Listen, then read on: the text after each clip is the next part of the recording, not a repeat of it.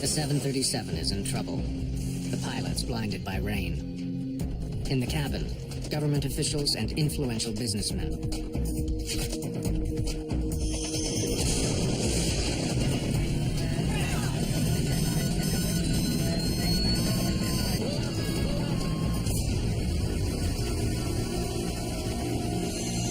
The crash of IFO-21 shocks the world. Did a final act of war bring the plane down? The White House demands answers. This was no ordinary flight, but a military jet carrying American politicians. In the end, the investigation reaches the most senior levels of the U.S. Air Force.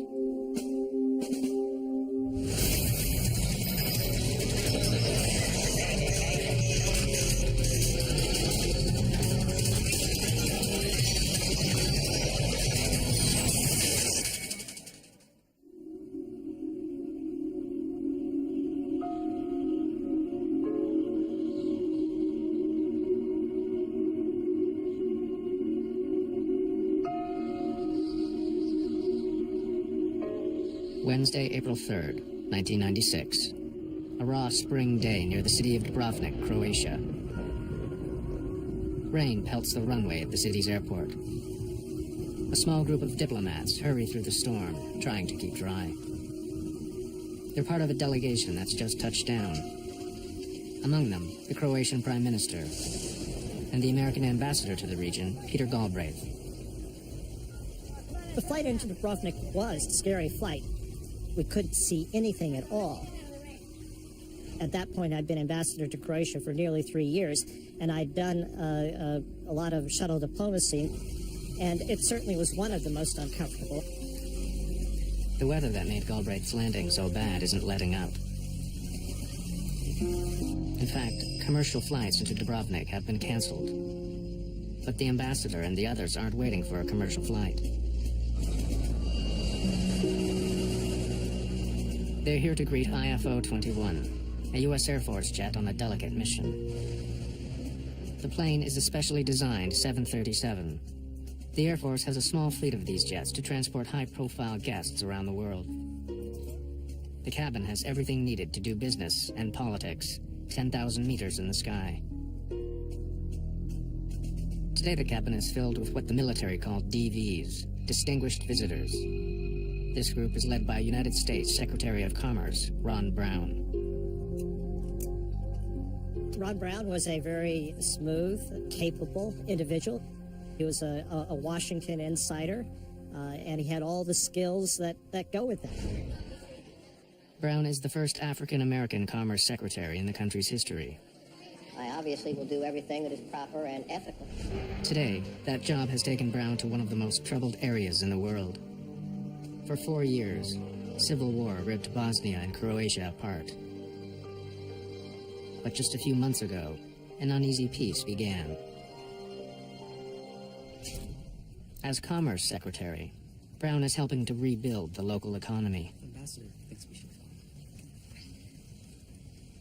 The philosophy behind it was that the peace would not be durable unless there was economic progress in the region, that was really critical to the peace. The final stop of the day is the ancient coastal city of Dubrovnik. Before the war, it was a vital part of the country's tourism industry. It was my idea that Ron Brown should go to Dubrovnik.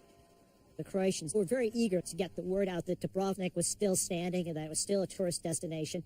So I thought it would be very useful to have Ron Brown and the delegation go there. But on this damp day, Dubrovnik is not at its best, or even visible. Fog presses down from the sky, obscuring the city and the beautiful Adriatic coast. To the north of Dubrovnik flies IFO-21. Its pilot is Captain Ashley J. Davis. His colleagues call him AJ.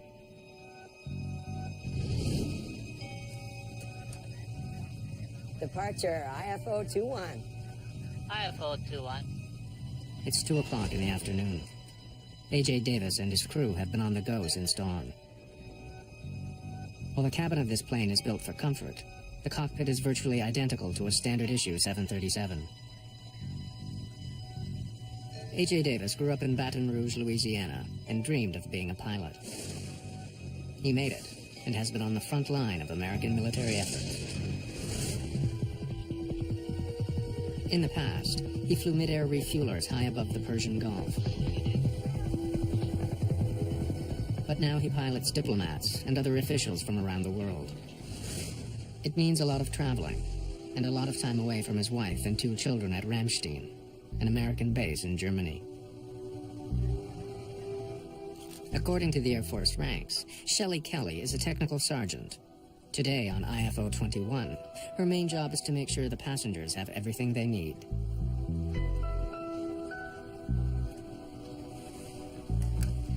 Mr. Secretary, something to eat. No, thank you. I was wondering how our times look. The diplomats are expecting to arrive in Dubrovnik by mid-afternoon.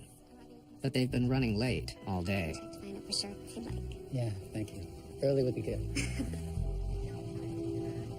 As the plane nears Dubrovnik, A.J. Davis calls the United States Air Force Weather Service for an update. Metro, IFO-21, how copy? Over. IFO-21, copy loud and clear. Weather for Lima Delta uniform as follows. Rain. Sky conditions 500. Broken. That would be ceiling. How well do you copy?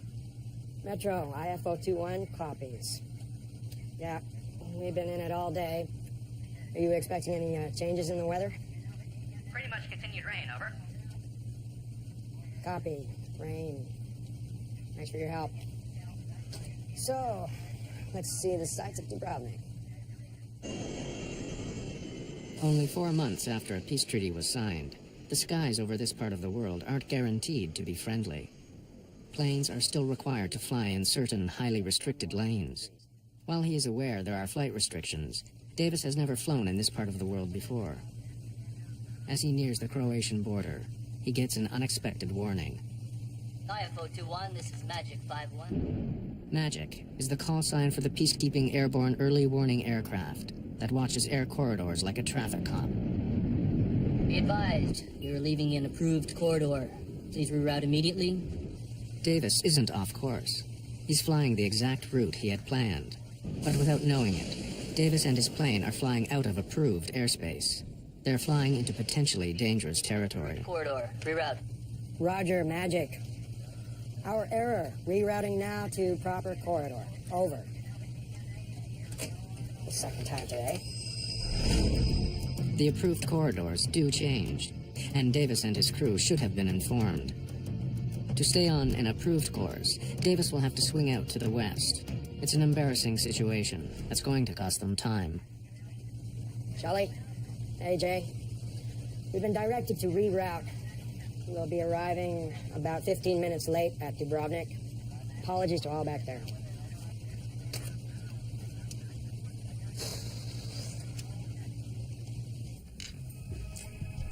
Ladies and gentlemen, could I have your attention, please? Unfortunately, there will be a slight delay on our arrival into Dubrovnik.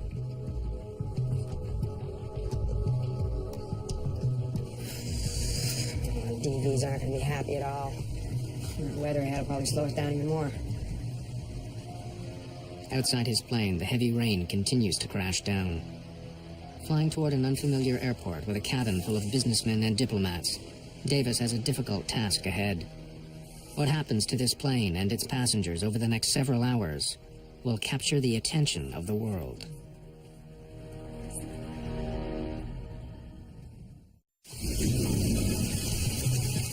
A heavy rain soaks a small airport in Dubrovnik, Croatia. Heading toward it is a U.S. Air Force 737, carrying 35 people on a trade mission. Leading the delegation, U.S. Secretary of Commerce Ron Brown.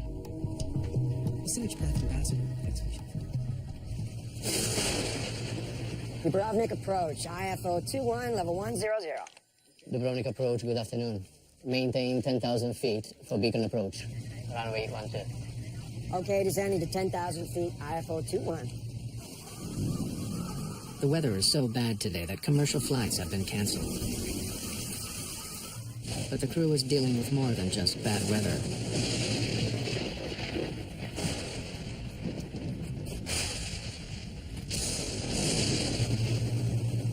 As they approach the airport, the rain isn't letting up. the recent civil war has taken a heavy toll on Dubrovnik's airport. It had been closed for several years and is waiting for a new landing system. The airport was totally trashed by the Serbs who had taken over the airport during the '91 war. They really went out of their way for the destruction. They destroyed the instrument landing system. The new one was on order.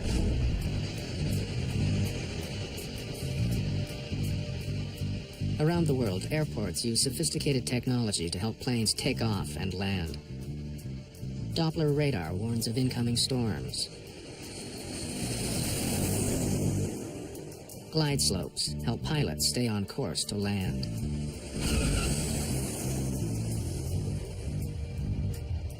The devastated Dubrovnik airport has none of that.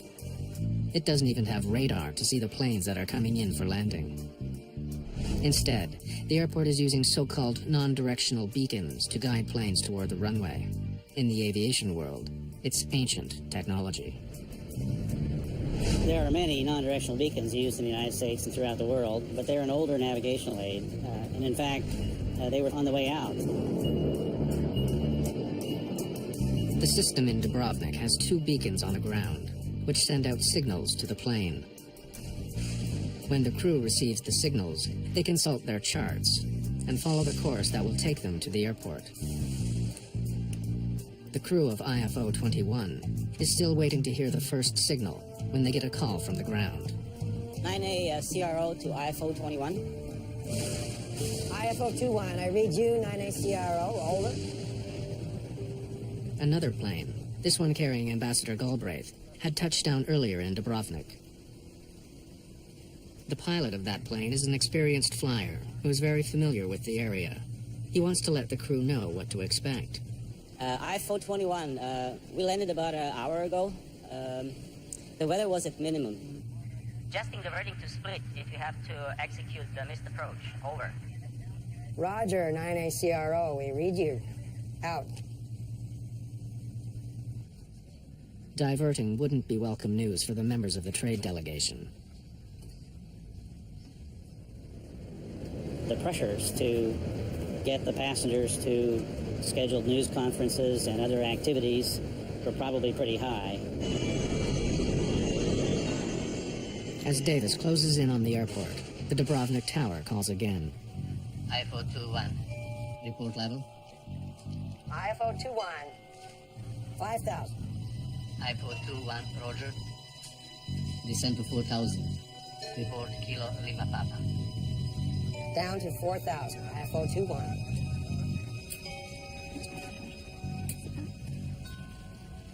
Sir.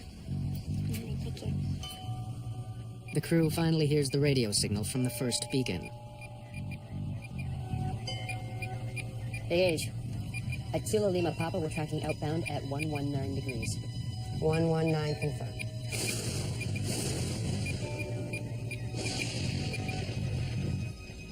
Mr. Secretary, we're landing. We'll take this up later, Adam. Something very broken up down there. I can't see through it. Tim? The clouds are thick. The crew can't see the ground. They have to trust their instruments as they descend through the storm. IFO-21.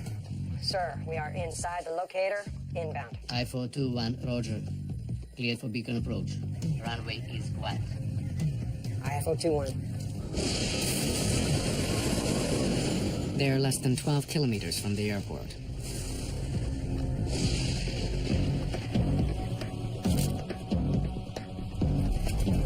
A.J. Davis flies blind through heavy rain and cloud cover. He expects to see the airport any second.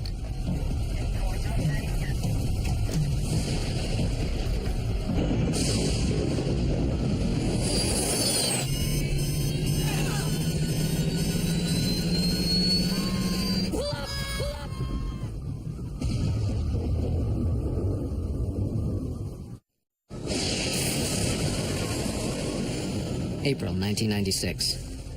An American Air Force jet is flying through the skies above Croatia.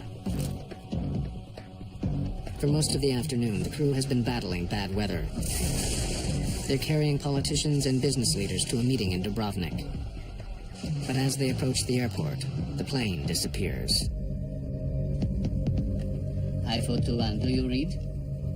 Just before 3 o'clock in the afternoon, Dubrovnik Tower loses all contact with IFO-21. I-421, Dubrovnik approach, do you read? I-421, do you read? Without approach radar to track the plane, controllers have no idea where it is. Perhaps the plane has diverted to another airport. I-421, do you read? But as the minutes stretch on with no word from the American plane, local controllers are taking no chances. Initiate emergency procedures. The Croatian Prime Minister is notified that the plane has gone missing. Peter Galbraith is also waiting at the airport. It was clear from my own flight in that this was a very marginal landing. I did not expect them to attempt the landing in Dubrovnik. The Croatian Prime Minister came up to me and pulled me aside. He said, "We've lost radio contact with Ron Brown's plane." I got the State Department Operations Center on the phone and asked to activate the U.S. military to start search and rescue activities. Word goes out to the chain of air traffic control centers.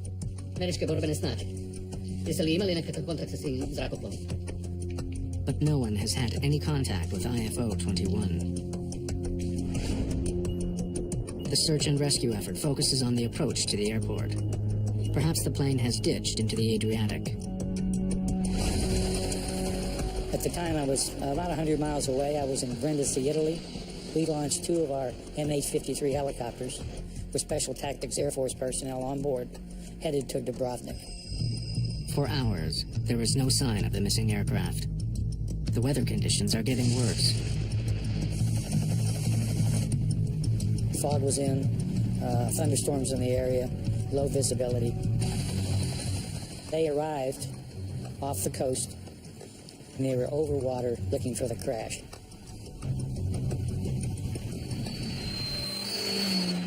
Hours after the plane disappears, police respond to a tip. A local villager has seen something on the hill above his house. It's a long way from the coast where the search is concentrated.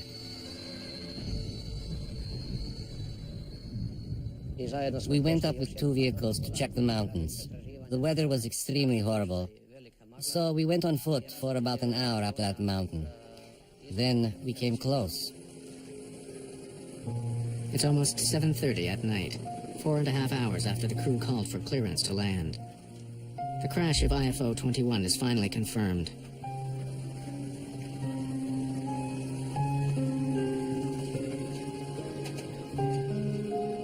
The news races from Dubrovnik to America. The crash site has been reached by Croatian police, and I've just received word that there's also a Croatian doctor on the scene. The tail section is the only substantial piece of IFO-21 that's left. Debris and bodies are scattered across the mountain. These were hard moments as we were walking over the boulders, not knowing if we're going to step on someone's body. These are the moments that you can't forget. Then, almost miraculously, the police on site make a heartening discovery. Inside the tail section, they find a survivor. It's Technical Sergeant Shelley Kelly. As we arrived at the tail section, one policeman went inside and found the body of a stewardess, and he tried to help. That was our hope. We wanted to help. We wanted to save every life, and hers was our chance. We were counting on it.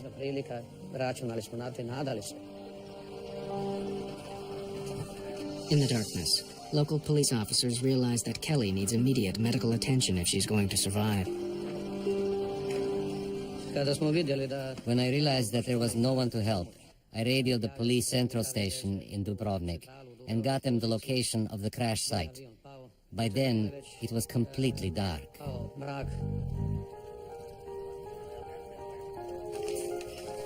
St. John's Hill is alive with close to 100 Croatian policemen and military. American forces are also rushing to the scene. Captain Mike Canavan is in charge of the U.S. crash recovery operation. I met a Croatian major. He told me that he was going to be the guide that would take us up to the top of the mountain. And at that time, he happened to mention that there were several minefields between where we were and the crash site. It takes almost 2 hours for him to finally make it up the rocky hill.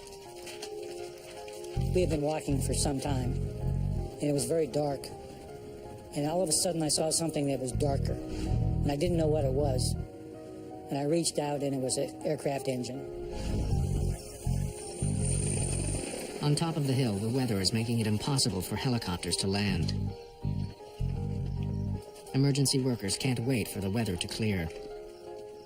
They have to get Technical Sergeant Kelly off the mountain immediately. She has a broken spine and severe impact injuries. But if she can be kept alive, rescuers hope she can shed some light on what went wrong.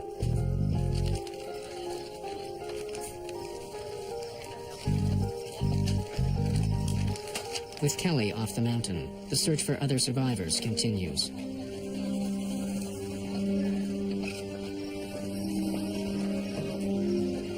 Finally, in the darkness, rescue workers find the body of Ron Brown, the U.S. Commerce Secretary. In fact, as they continue to comb the hillside, all they find are bodies. A.J. Davis and the rest of the crew were likely killed instantly. All the other members of the trade delegation are also dead.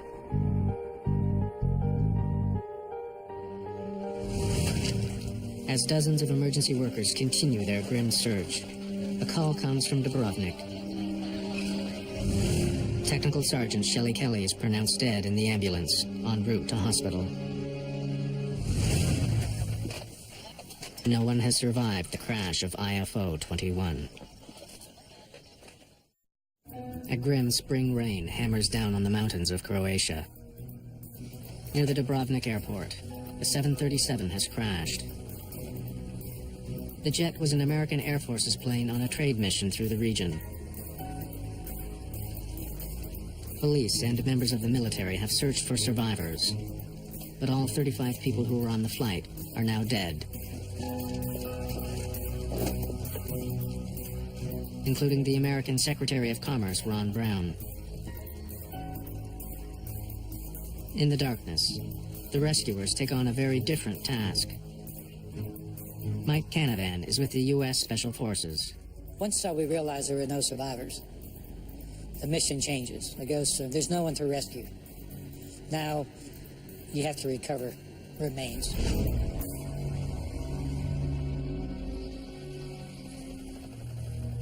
By dawn, the weather has improved. Peter Galbraith gets his first glimpse of the crash site.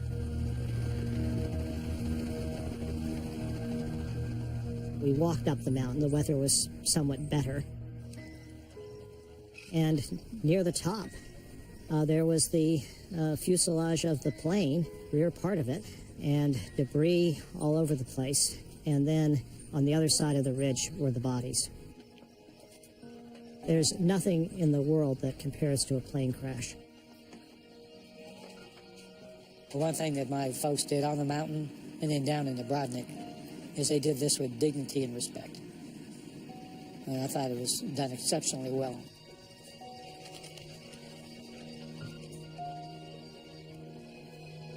As the truth sets in, the hard questions begin.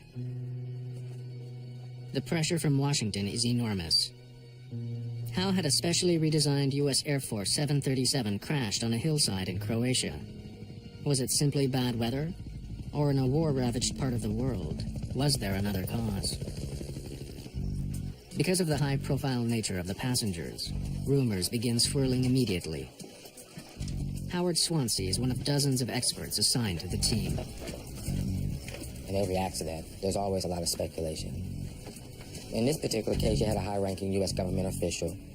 And so by the time we had even got to the crash site, there was just quite a bit of media attention around it. So my idea was to get as much information or collect as much artifacts or physical evidence as I could. Right from the start, the investigation team is at a disadvantage. They discover that there is no cockpit voice recorder or flight data recorder on the plane. What is standard for passenger jets is not required in the Air Force. I had assumed that the Air Force and these VIP flights had higher safety standards than commercial flights. And so I was really shocked to learn that the standards were generally lower than those for commercial aviation. Without the standard tools, investigators can't afford to overlook anything. The wreck is almost 3 kilometers from the airport. How did a trained crew get so far off course?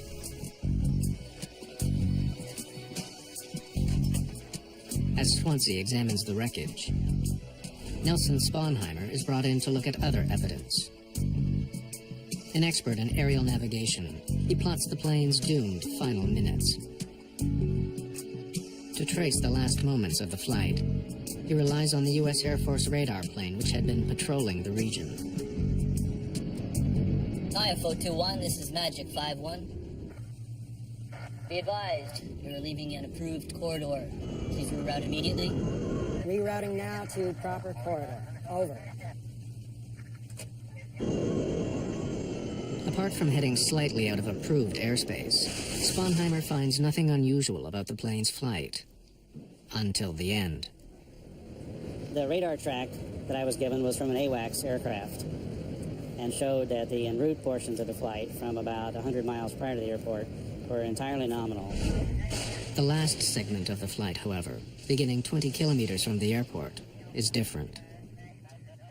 On their final approach, the plane begins to head off course.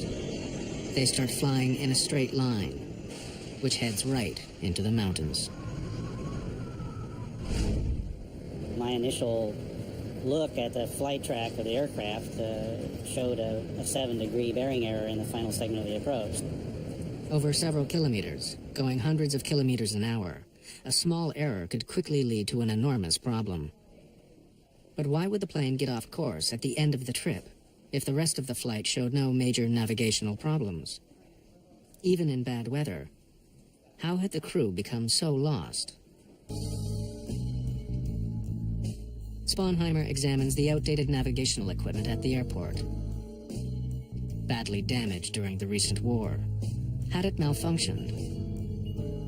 2 separate navigational beacons are used for landing in Dubrovnik. The first is located on nearby Kolosep Island. It transmits a specific Morse code signal to make it easily identifiable. When they hear it, all Davis and his crew need to do is fly a heading specified on their landing charts. If they do, they should eventually arrive at the airport. The second beacon is located at the airport itself. It's a fail-safe device. If the crew hears the beacon before they see the airport, they have to declare a missed approach and circle around to try landing again. But after studying the equipment, Sponheimer doesn't believe it played a role in the crash. Both the non-directional beacons were found to be operating normally by flight tests within a few days after the accident. Investigators are about to discover that the most important problems weren't on the ground, but in the plane itself.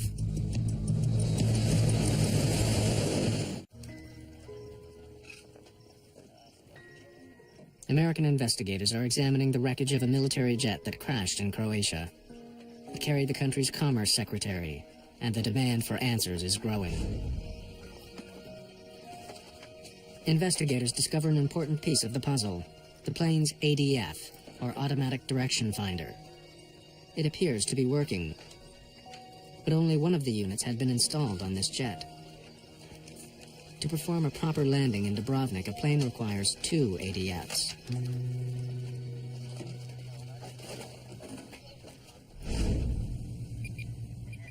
The device picks up the signals put out by the land-based beacons, but it can only listen to one at a time. We're still not past it. I'm tuning back to KLP. Flying with 1 ADF, the crew can listen to either the beacon which is telling them how to get to the airport, or the beacon which is telling them they've gone too far. They can't do both at the same time. That would have required 2 ADF receivers in the aircraft, which the accident aircraft had only one. And only having one ADF restricted their ability to follow the approach accurately. I got CV. We're still not past it. I'm tuning back to KLP. By quickly tuning back and forth between the two beacons, the crew can use one ADF to listen to two signals. But the constant switching would have added stress to an already difficult landing. And it's another surprise. The Air Force jet wasn't adequately equipped to land at Dubrovnik. You're talking in a very short time span of making the approach. It's going to become rather difficult in trying to dial both to keep listening to the code if you're also trying to search for your course and headings. As he continues to study the path that IFO-21 took, Nelson Sponheimer focuses on an S-shaped curve in the plane's flight. It's the sort of path a plane would take when looking for a signal from a non-directional beacon. But just when the crew should be looking for the beacon signal, the S-turns disappear. About 2 or 3 miles inside the final approach fix, for the next 7 or 8, 9 miles, the flight track is perfectly straight. Instead of trusting the navigational system that was in place, even though it was primitive, the crew suddenly seems to give up. And Sponheimer thinks he knows why. Fighting heavy rain, and hampered by a single direction finder, Sponheimer believes the crew resorted to another, even older piece of technology to find the runway, something called INS, or Inertial Navigation System. An INS system uses gyroscopes to maintain an awareness of how much the airplane turns and banks. After entering a specific geographical position at the beginning of a flight, an inertial navigation system tracks all the turns a plane makes. It's a self-contained system on the aircraft. But there is a potentially enormous problem. If the gyroscopes don't perfectly calculate every single maneuver of the plane, a pilot can be off course.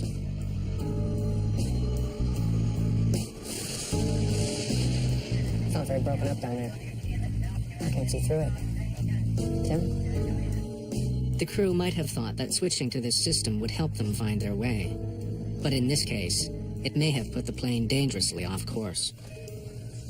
INS drift in this case was probably, in my view, the primary reason the aircraft ended up where it was.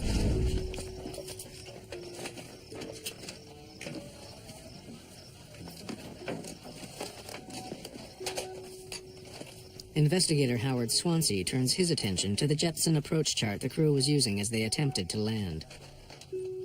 Hampered by poor visibility and relying on the inertial navigation system, their charts would have been a key aid. But when he takes a closer look at it, he notices something peculiar. A key figure, the minimum descent altitude, isn't accurate.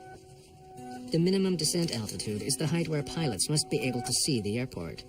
If you can't see it at that height, you have to abort the landing. Each country has the responsibility of developing these procedures and then publishing information so that other nationalities as well as their own air crews can fly those approach procedures. Swansea discovers that the minimum descent altitude on the chart doesn't meet American aviation standards. Given the mountainous terrain, it should have been more than 2,800 feet. But the chart the crew was using said it was just over 2,100 feet. It means that the crew could have flown almost 700 feet lower than experts in the US thought was safe, without having to abort the landing. Combined with the other problems the crew was dealing with, the non-standard chart sealed their fate. Struggling to find the airport, they were straining to see through the clouds, assuming they were still safely above the mountains.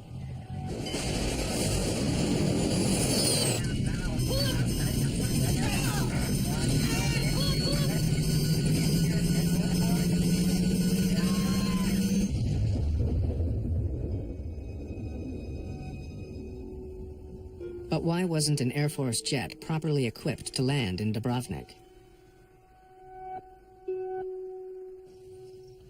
And why didn't the crew have the right landing charts that would have made even a difficult flight safer?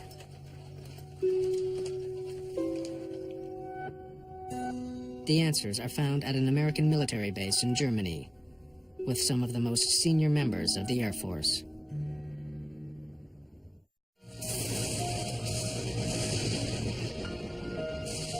In the spring of 1996, a U.S. Air Force jet crashed just outside the airport in Dubrovnik, Croatia.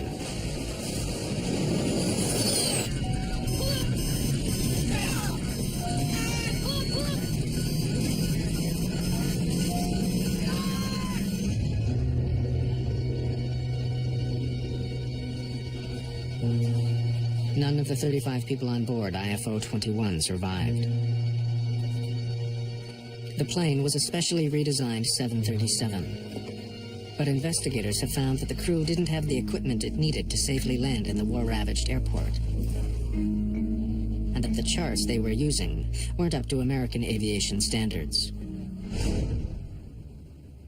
To discover why the crew was attempting to land in such difficult circumstances, the investigators questioned Colonel John Mazurowski, the operations group commander for the airlift wing that was in charge of the flight. His job is to provide transportation for a growing number of distinguished visitors. But these are tight budget times. Mazurowski has been told to do more with less. What I'd like to talk about now is the Jeppesen approach subject. One of the major focuses of the investigators is the Jeppesen landing charts the crew were using. The charts, drawn up for most major airports, give crews a vast amount of information, including what to do in the case of a missed approach. But investigator Howard Swansea has already found that these charts were not up to U.S. standards.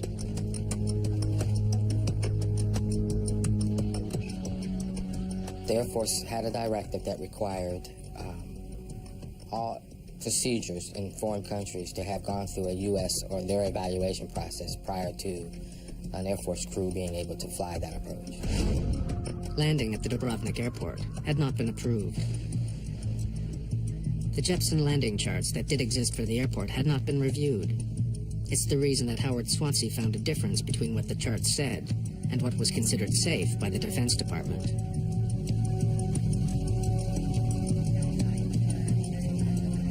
Mazurowski believed that restricting his planes to approved airports would severely limit some of his missions. It takes time to check all the airports out. He had asked for the review to be waived for some airports, including Dubrovnik. This Jeppesen approach waiver, what caused you to initiate this?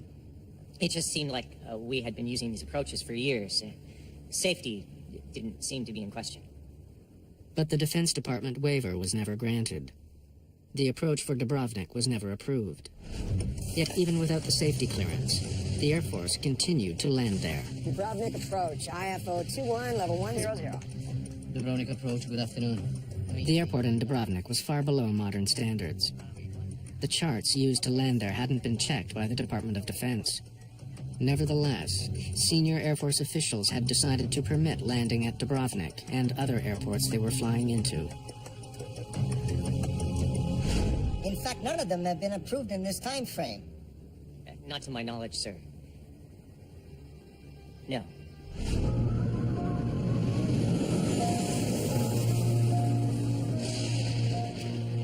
In the end, a fatal combination of factors had come together to cause the crash of IFO-21. Dubrovnik approach, IFO-21, level 100. Dubrovnik approach, good afternoon. Maintain 10,000 feet for beacon approach. Runway 12. IFO-21. The crew was fighting bad weather. They were landing in an unfamiliar airport, which was hobbled by old technology. The unapproved charts made a bad situation much worse.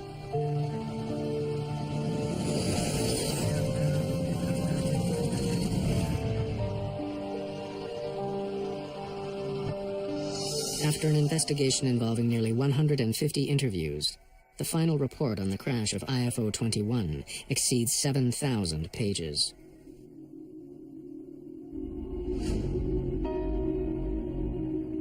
The investigation faults several individuals and institutions. Dubrovnik Airport is singled out for an improperly designed instrument approach procedure. I got CV. The final report also says A.J. Davis and his cockpit crew are responsible for flight errors.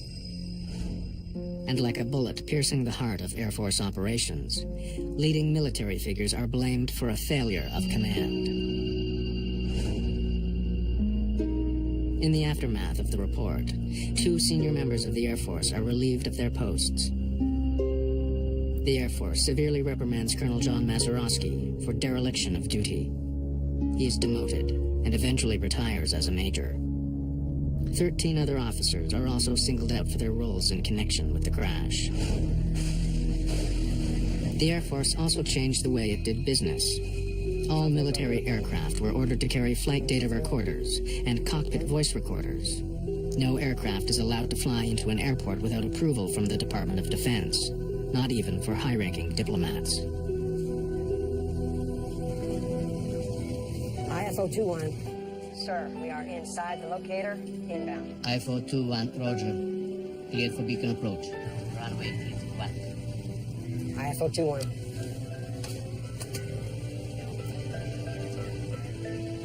The Air Force Command was held accountable for the accident. But it is the pilots, the crew, and the passengers of IFO-21 who paid the ultimate price for oversights made by the 86th Airlift Command.